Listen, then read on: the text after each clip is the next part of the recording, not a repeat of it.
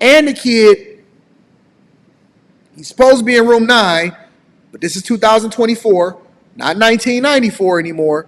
So what happens is I come in and I recognize, this kid belongs in room 9. And his mother fucked a brolic nigga from room 9. But now we in No Child Left Behind, right? So now I recognize that this nigga is slow. And you telling me to be a stepbaby daddy of this little nigga. And I'm like, shit. So now Anton from antondaniels.com comes on the internet, and I tell my guys the truth. I say, listen, I know what you're thinking. His mama look good, but shit. She her kid, nigga? Did you take that into consideration? Or are you just trying to see it through?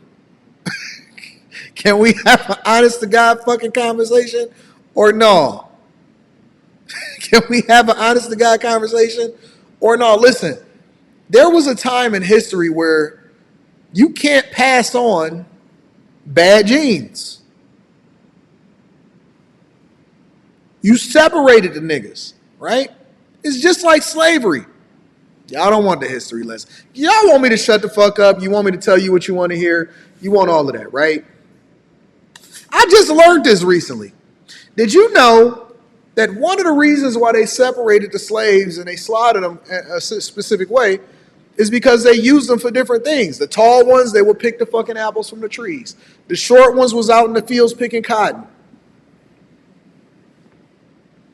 Now we all just mixed the fuck up. Everybody doing what they want to do. Room 9 kids, fucking the chick over here. She realized that the nigga's room 9. She divorced the daddy. The daddy is now over in jail. He in prison for going over there and knocking another nigga's head off. You knew that the nigga was going to prison. Okay, cool. Or he wound up becoming a football player and he started running into people. Blindside. He was a blindside kid, right? Sandra Bullock noticed the little nigga had some talent. She went and adopted him. You know what I'm saying? They finessed him out of a bag. He was out there running. He was just like Bobby Boucher. You know what I'm saying? Running people over. He couldn't pass a fucking class to save his life. Now, we knew that this nigga was going to get a bag early in his life. We knew that he was going to get recruited. He never was going to go to school. He went to Ohio State. He went to Michigan. He went to all of these great schools. Nigga had no sense whatsoever.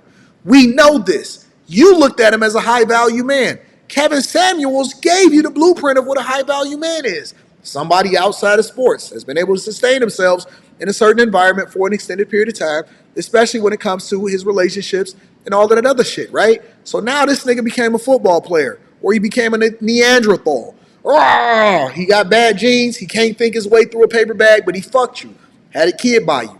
Now your kid keep drooling, and he's 9 years old. He can't learn how to say the proper words, but he's 9 years old. The baby daddy wound up getting kicked out of the NFL because he kept fighting, or he strangled somebody on the off lines, on the sidelines. He strangled a coach. He's Antonio Brown, okay? Now, Antonio Brown had a kid with you. The good dude comes along, and he sees Antonio Brown's kid with you because you fucked Antonio Brown because you was chasing him in a hotel room, right? Now, we're in an environment, we're at third base, and third base is, okay, she's almost home, meaning that she has nothing else to offer you. She's giving it up to all of the Neanderthals. The Neanderthals bust her down like crazy.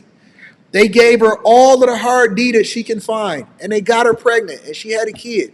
And now she's trying to save herself before she becomes Larsa Pippen. Now, Larsa Pippen finds a Jordan son, and she's finessing this nigga. Future busts down Larsa Pippen. Scottie Pippen is a Neanderthal. Now she finds her a Marcus Jordan, and you Marcus.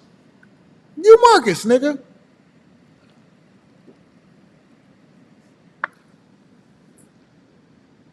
You're Marcus. On average, NFL players, NBA players, go broke within 5 years, file for bankruptcy within 5 years of getting out of the league. That's a Neanderthal. That's a Neanderthal. There's very few Magic Johnsons in the league. There's very few LeBron James in the leagues. They're going broke. They're going broke. And now when I look over, I don't see you. I see your child. I'm being honest. I got to warn my guys. When I look over, I don't see you. I see a Neanderthal's child. And you want me to prompt my guys to take on this room 9 child that you had, because it's genetics. It's genetics. Don't tell me that y'all passing on diabetes, but you can't pass on y'all thinking caps.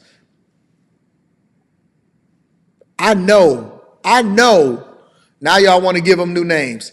Oh, they're just special. They're autistic. Wherever it is that they've dropped off in brain cells on one side, they picked it up on the other side, and he can paint a picture.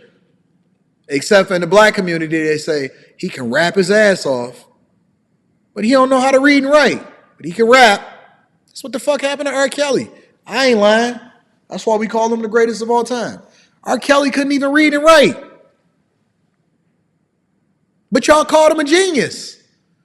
The nigga couldn't read or write. Tell R. Kelly to read you a sentence. If it's more than 3 letters in that sentence, he fucked. But he was fucking on y'all daughters.